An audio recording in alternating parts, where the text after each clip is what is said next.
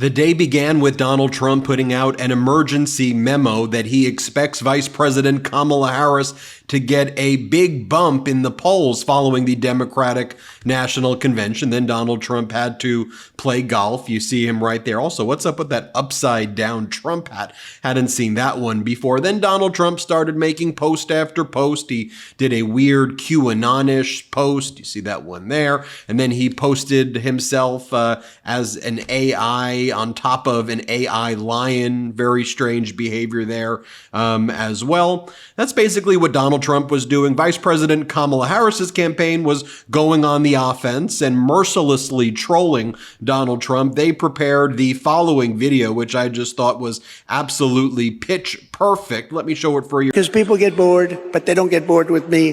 6.5 hours later. Lawyers and your carpenters and your electricians and your drivers, and you're doing a lot of things. By the way, no beautiful F-35 Lightnings. Lisa's blowing up. Russia's blowing up with Ukraine. There's wars starting all over the place. Looks like bad things could happen. And 89% increase in aggravated assault and 56% department to go after their political opponent, but they're not doing well. I'm the only, nobody lies like her. She's a liar. She makes up crap. She's the one gonna raise, she said, Donald Trump. Yeah, Amar Musa, who works with Vice President Kamala Harris, says empty seats and yawning supporters. If Trump supporters are over his shtick, how do you think swing voters feel? It's getting old at real Donald Trump. Also, Sarafina Chiquita says, many are asking, is Trump okay? Unhinged reaction to rise of Harris worries Donald Trump supporters. Well, what did Donald Trump continue to do? After that, Donald Trump continued to send email after email to those on his listserv. He started at 3:42 a.m. He continued into the late hours of the night. There were emails like this. Kamala banked $500 million to wipe MAGA out, Donald Trump emailed. First, I ended crooked Joe Biden's failed political career when I humiliated him at the debate, Donald Trump writes. I mean, just think about this campaign that's built on like anger and WWE cosplay fascism. Then Donald Trump writes, then shadow billionaires unfroze millions of dollars to bankroll their new puppet frontman. And right now, Kamala just announced a fundraising haul of more than $500 million. This calls for a historic response that leaves no doubt about our resolve to save America from Comrade Kamala, but it won't mean a thing without your support. Like, you realize that Donald Trump, literally had a billionaires list because Donald Trump's campaign was mostly being funded by billionaires. On the other, by the way, here's the list that David Sachs prepared of the billionaires for Trump, an actual list. And then Donald Trump would invite them to Mar-a-Lago and he would say, I'm going to make you richer. I'm going to give you more tax cuts. We're going to make sure that the billionaires are the ones who are going to dominate. On the other hand, Vice President Kamala Harris has raised $500 million, but mostly all of that has come from small dollar donations through Act Blue, $5, $10, $50, $100, not from billionaires, but don't let the truth get in the way of someone like Donald Trump who posts AI images of himself riding AI lions. Then, as I've said before, their emails are a combination of hate and fear and conspiracy, but then also like weird love bombing, because all of that is kind of cult tactics that the cult leader uses. I'm angry, I'm happy, I love you. That's how they act. So you got J.D. Vance and Donald Trump. J.D. Vance and Donald Trump sent this email. Trump and I love you, Ben. That's the subject. They go, we love you. What love? It's just very strange language. We love you. Then it goes, Trump, and it would be an honor if you endorsed us, Ben. Here's what our agenda is. And they go, this is the agenda. Demolish the deep state, expose the dangerous liberal agenda, and then make America great again. Wow, what a policy. Wow, very Very significant policy right there that you guys got. It's ridiculous. Let's just take a look at some of the other data. Obviously, we know Vice President Kamala Harris is up in the polls. She's taken her biggest lead in the 538 average. Across all the major A and B plus polls, she's leading by significant amounts, leading in the battleground states as well as in North Carolina as well as Arizona now. But take a look at this stat. Our friend Tom Bonnier bringing it to us. We have a decent number of states with recent voter registration file updates now. He said, I ran the gender gaps among new registrants in the 2 weeks after Biden's withdrawal. Women have been registering to vote at a very high rate. This is eclipsing the post-Dobbs surges most places. So just take a look right here at the various states. You can see the surge in women registered voters right there. Just take a look. I love presenting just objective data on the MeidasTouch network. Take a look at this. Joshua Smiley, he posts the following too. Take a look at the Pennsylvania net voter registration changes in counties of interest. This is in Pennsylvania. So if you take a look in Allegheny and Bucks and Chester and Cumberland, just keep a look right there. In Delaware, you see in Philly, take a look at the major gains in voter registrations by Democrats right there and people changing their registration from one party to the Democratic Party.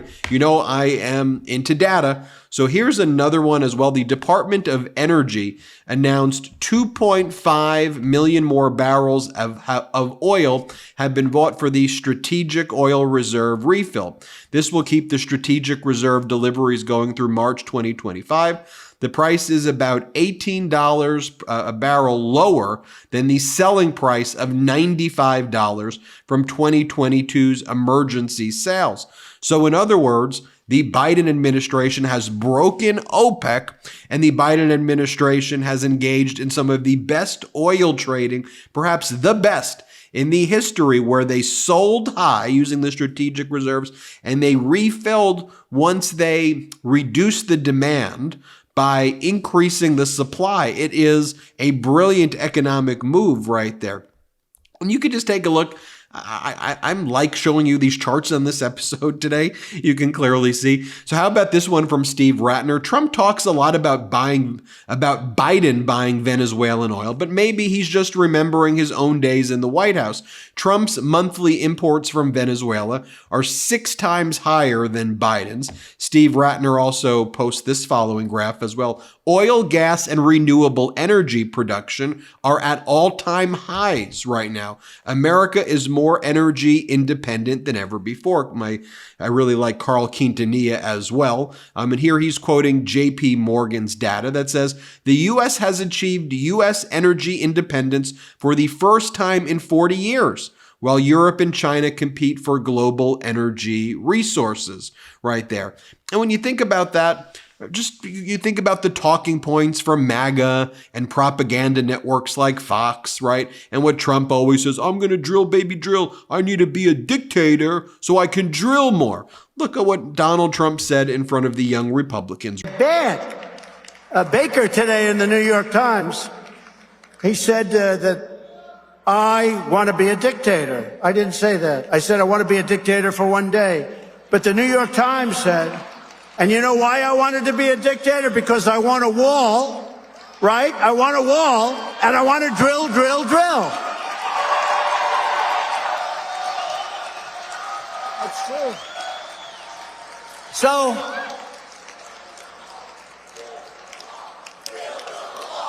yeah, wall. Well, we did.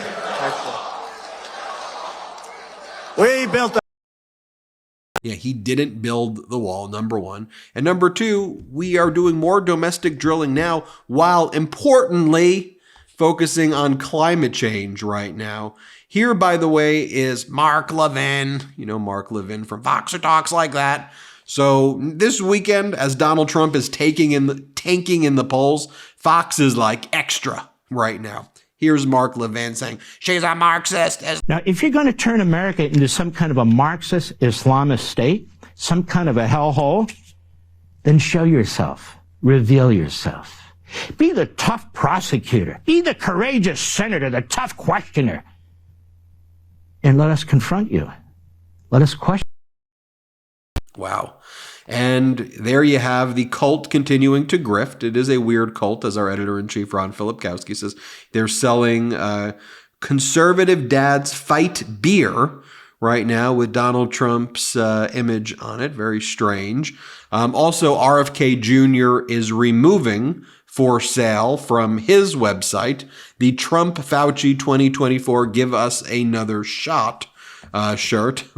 This was a funny post that I saw as well about this is what when you ordered JFK Jr. on Temu, what QAnon promised, what QAnon got. And look, as Donald Trump is looking boring and just not able to handle it really anymore, let me just share with you. You all remember this video that we produced at the MeidasTouch Network? An obvious insight.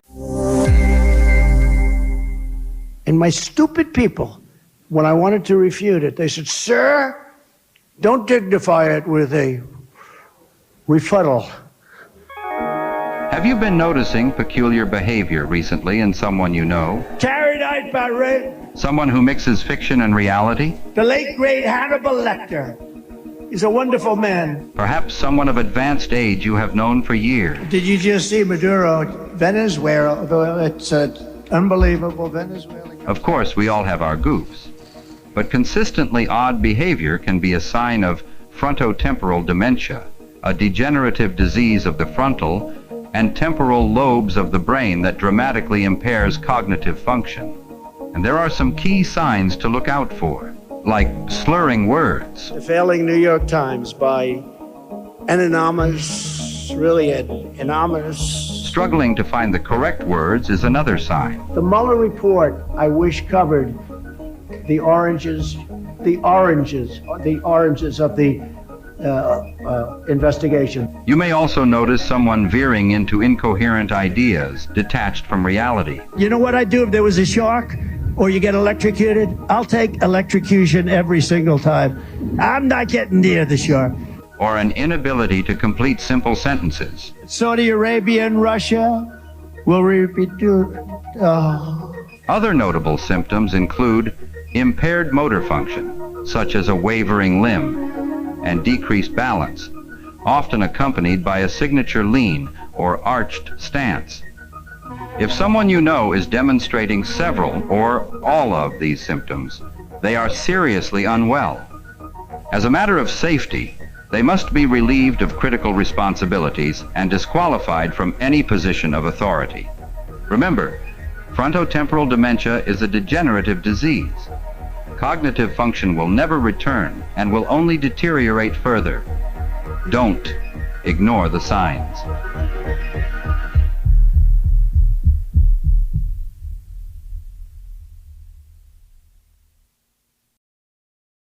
Love that there. And while we're talking about data right here, can I just throw to my friends at Felt the Nation right here? You know them. This is a great segment right here. Listen to what they have to say. Let's play it. Kamala Harris wasn't the only one talking about economic policies this week. Blitz, you've been following Trump. What has he been proposing? Great question, Simon. And the answer is, if Kamala Harris is president, then everyone gets access to affordable health care. Back to you, Simon.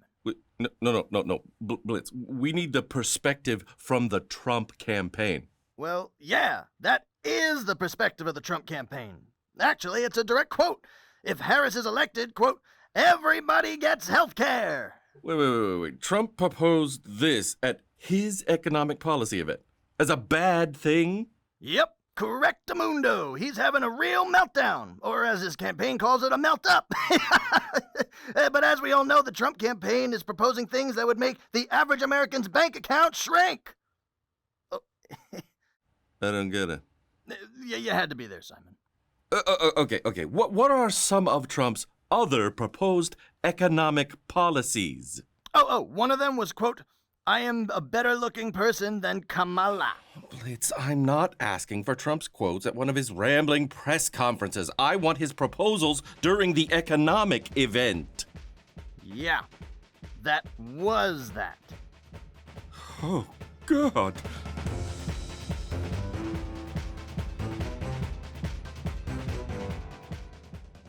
That was so good. By the way, if you want to watch more, there's a whole new episode of Felt the Nation that's up on the Fight for Progress YouTube channel. So search after this, Fight for Progress on YouTube. Watch the full episode. Subscribe to them. Tell them that MeidasTouch sent you, please. New episodes air every Friday. So make sure you subscribe to the Fight for Progress YouTube channel. Tell them MeidasTouch said hi. Anyway, hit subscribe. We're close to 3 million subscribers thanks to your support. Let's get there. Thanks for watching. Have a good one. Love this video? Make sure you stay up to date on the latest breaking news and all things Meidas by signing up to the MeidasTouch newsletter at MeidasTouch.com/newsletter.